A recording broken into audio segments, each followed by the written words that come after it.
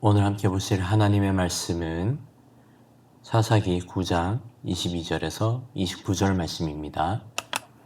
아비멜렉이 이스라엘을 다스린 지 3년에 하나님이 아비멜렉과 세겜 사람들 사이에 악한 영을 보내심에 세겜 사람들이 아비멜렉을 배반하였으니 이는 여룹바알의 아들 70명에게 저지른 포악한 일을 갚되 그들을 죽여 피 흘린 죄를 그들의 형제 아비멜렉과 아비멜렉의 손을 도와 그의 형제들을 죽이게 한 세겜 사람들에게로 돌아가게 하심이라. 세겜 사람들이 산들의 꼭대기에 사람을 매복시켜 아비멜렉을 엿보게 하고 그 길로 지나가는 모든 자를 다 강탈하게 하니 어떤 사람이 그것을 아비멜렉에게 알리니라. 에벳의 아들 가알이 그의 형제와 더불어 세겜에 이르니 세겜 사람들이 그를 신뢰하니라. 그들이 밭에 가서 포도를 거두어다가 밟아 짜서 연회를 베풀고 그들의 신당에 들어가서 먹고 마시며 아비멜렉을 저주하니 에벳의 아들 가알이 이르되 아비멜렉은 누구며 세겜은 누구기에 우리가 아비멜렉을 섬기리요. 그가 여룹바알의 아들이 아니냐. 그의 신복은 스볼이 아니냐. 차라리 세겜의 아버지 하몰의 후손을 섬길 것이라. 우리가 어찌 아비멜렉을 섬기리요. 이 백성이 내 수하에 있었더라면 내가 아비멜렉을 제거하였으리라 하고 아비멜렉에게 이르되 내 군대를 중원에서 나오라 하니라.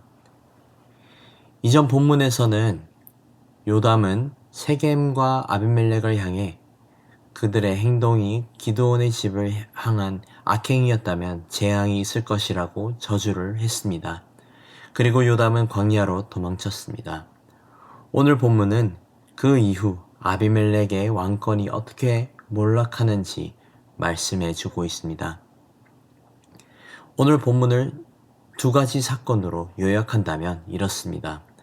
아비멜렉을 향한 세겜의 배신, 그리고 그 가운데 가알을 신뢰한 세겜 사람들. 오늘 본문은 일단 아비멜렉이 3년 동안 이스라엘을 다스린다라는 내용으로 시작합니다. 22절 말씀입니다. 아비멜렉이 이스라엘을 다스린 지 3년에. 하지만 여기서 다스린다는 단어의 원어가 일반적인 다스림과 다릅니다. 일반적으로 마샬이라는 단어로 왕이 다스리다라는 의미를 갖고 있습니다. 하지만 오늘 본문에서는 마샬이 아니라 사라르라는 단어로 왕자로서 행동하다, 혹 왕자로서 다스리다라는 의미의 단어가 쓰여졌습니다. 오늘 본문의 저자는 아비멜렉을 왕으로 여기지 않고 있음을 말해주고 있는 것입니다. 또한 23절을 보면 세겜 사람들이 아비멜렉이 여룹바알의 아들 70명을 죽인 피해 복수를 위해 하나님께서 악한 영을 보내셨다고 나와 있습니다. 이 악한 영을 통해 세겜 사람들은 아비멜렉을 배신하게 됩니다. 하나님은 이 악한 영을 통해 복수를 하시고자 하신 것이 아니라 하나님의 보응을 나타내고자 하신 것입니다. 그렇게 결국 세겜 사람들은 악한 영의 영향을 받아 아비멜렉을 엿보게 됩니다. 그리고 25절에 나와 있듯이 그 길에 다니는 사람들을 대상으로 강도질을 시작했습니다. 25절 말씀, 세겜 사람들이 산들의 꼭대기에 사람을 매복시켜 아비멜렉을 엿보게 하고 그 길로 지나가는 모든 자들을 다 강탈하게 하니 어떤 사람이 그것을 아비멜렉에게 알리니라. 아비멜렉이 다스리는 때에 이러한 범죄를 한다는 것은 그의 통치에 반하는 행동입니다. 결국 세겜 사람들은 아비멜렉의 믿음을 배신하고 단체로 집단 범죄를 하고 있었던 것입니다. 그리고 결국 25절 후반부에 나와 있듯이 아비멜렉에게 이 내용이 알려집니다.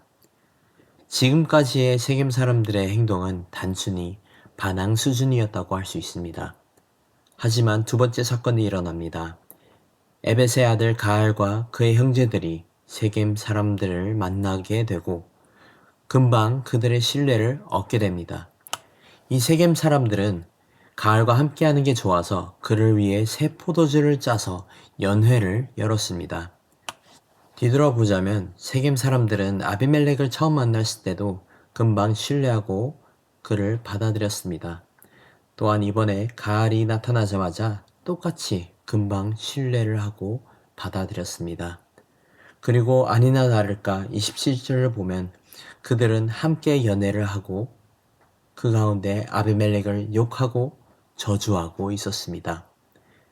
27절 말씀, 그들이 밭에 가서 포도를 거두어다가 밟아 짜서 연회를 베풀고 그들의 신당에 들어가서 먹고 마시며 아비멜렉을 저주하니, 그렇게 아비멜렉을 저주하고 욕하는 도중 가알은 더 나아가 아비멜렉과 세겜 사람들을 이간질하기 시작합니다.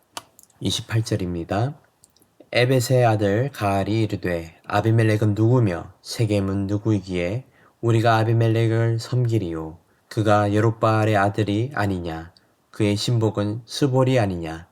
차라리 세겜의 아버지 하몰의 후손을 섬길 것이라. 우리가 어찌 아비멜렉을 섬기리요. 가알은 아비멜렉이 세겜 사람보다 여룹바알의 아들이라는 사실을 강조했습니다. 그렇기 때문에 그들은 아비멜렉을 섬길 것이 아니라 차라리 세겜의 아버지 하몰의 후손을 섬겨야 맞지 않냐고 말을 합니다. 가알은 계속 이같이 간접적으로 아비멜렉과 세겜 사람들 사이에 이간질을 했습니다. 그리고 더 나아가 29절에서는 반역을 추궁합니다. 오늘 본문을 보면 배신으로 이루어진 관계가 또 다른 배신을 낳는 모습을 보게 됩니다. 아비멜렉은 형제들을 배신하면서 세겜 사람들과 손을 잡았습니다. 결국 70명의 형제를 학살하게 되고 욕심대로 다스리는 자가 되었던 것입니다. 오늘 본문의 세겜 사람들은 가알과 함께 아비멜렉을 배신하고 반역을 계획했습니다. 결국 배신과 반역의 관계를 통해 또 다른 배신과 반역의 관계가 태어난 것입니다. 아비멜렉과 세겜 사람들과 가알의 관계를 통해 우리는 깨닫게 되는 것이 있습니다. 그것은 배신하는 관계, 즉 불의한 관계 속에서는 진정한 신뢰를 얻지 못한다는 것입니다. 온전히 신뢰하고 의지하는 관계는 이러한 부정적인 관계에서는 나올 수 없습니다. 하나님은 의로우신 분이시고 진실한 분이십니다. 그러나 오늘 본문에 나타난 아비멜렉과 세겜 사람들과 가알은 정반대되는 모습을 한 사람들이었습니다. 말씀을 더 읽어가면 이들의 결말은 몰락과 패망밖에 남아있지 않음을 알 수 있습니다. 우리가 사는 세상 속에서 악이 위세를 떨치고 의와 진실이 무너진 듯 보일 수 있습니다. 그러나 이 또한 하나님이 개입하실 때까지만 허용된 것입니다. 하나님을 떠난 악인들에게 남은 것은 심판밖에 없습니다. 사랑하는 성도 여러분, 악인들의 불의한 성공을 부러워하지 마시길 바랍니다. 그들은 결국 하나님의 공의로 심판받게 될 것입니다. 세겜 사람들이 가알과 함께 망하게 됐듯이 또 아비멜렉도 망하게 되었듯이 악인들은 하나님의 심판을 받게 될 것입니다. 오직 의로우시고 진실한 하나님을 의지해야 합니다. 편법 혹은 불의한 성공을 바라지 말고 하나님 앞에서 정직하게 투명하게 살아가는 저와 여러분이 되기를 소망합니다. 레위기 19장 2절 말씀을 통해 이렇게 말씀하셨습니다. 너희는 이스라엘 자손의 온 회중에게 말하여 이르라. 너희는 거룩하라. 이는 나 여호와 너희 하나님이 거룩함이니라. 우리는 거룩할 의무가 있습니다. 불의함을 멀리하고 거룩함을 추구해야 합니다.